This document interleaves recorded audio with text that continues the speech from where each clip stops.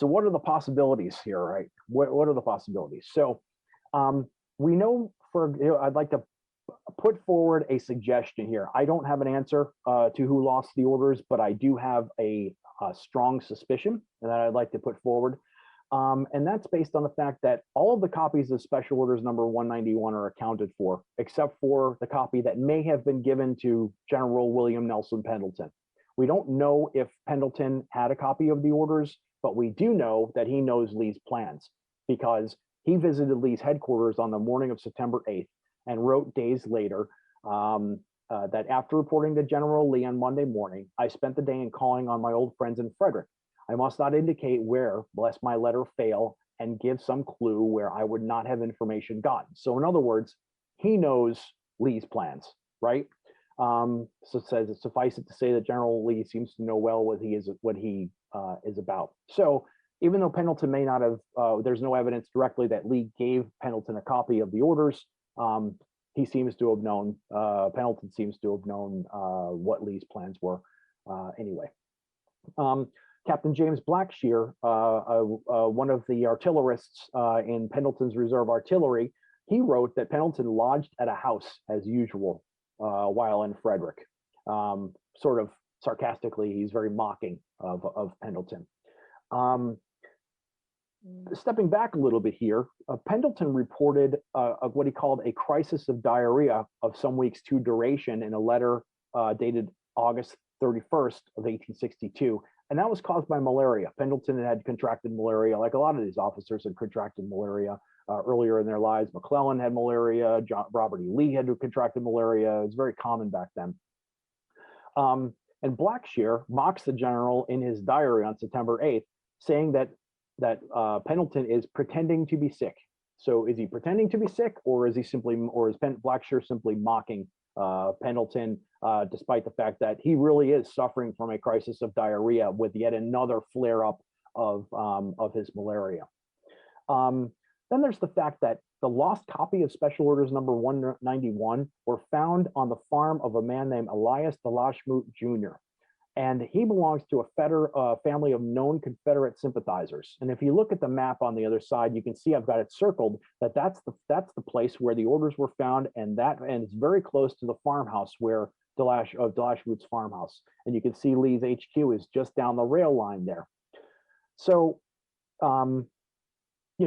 did Pendleton stay at de Lachemute's house? That's the place where he is lodged at a house as usual, and he was suffering from malaria at the time.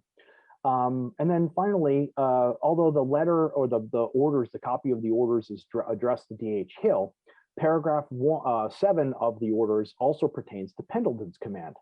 So it mentions Hill's division will form the rear guard of the Army. The reserve artillery, ordnance, and supply trains, etc., will precede General Hill. So there's a reason for Pendleton to have had a copy of the orders in his hands. So the question is did Pendleton lodge with Elias de Lachemute and experience a new bout of malarial fever? He visited Lee before heading to Frederick to visit friends.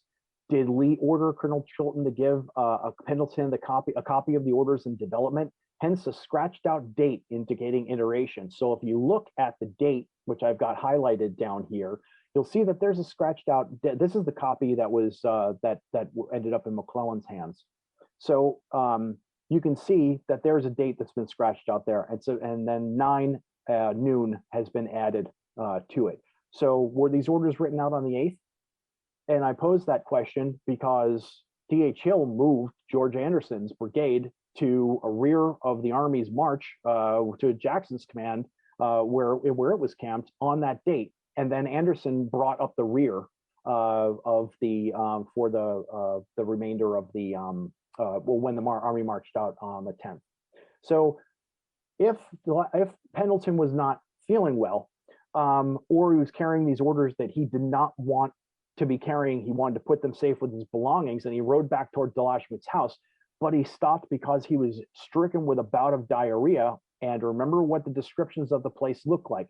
There are bushes there, there's a fence row, or what used to be a fence row, tall grass near a fence row, and a locust tree. So and there's no one camped around there. either. So it's the perfect place if you have to use the facilities, to use a 20th century term. Um, but if he ended up needing to get off his horse and actually deal with this diarrhea, um, did he lose the orders there? And then he didn't realize it later, and then later also until later, and then didn't mention it because he was afraid of being shamed or removed from command or shot, depending on what the situation is. So that's the theory and the implications. But Pendleton, to me, seems like the most likely candidate based on what the evidence shows.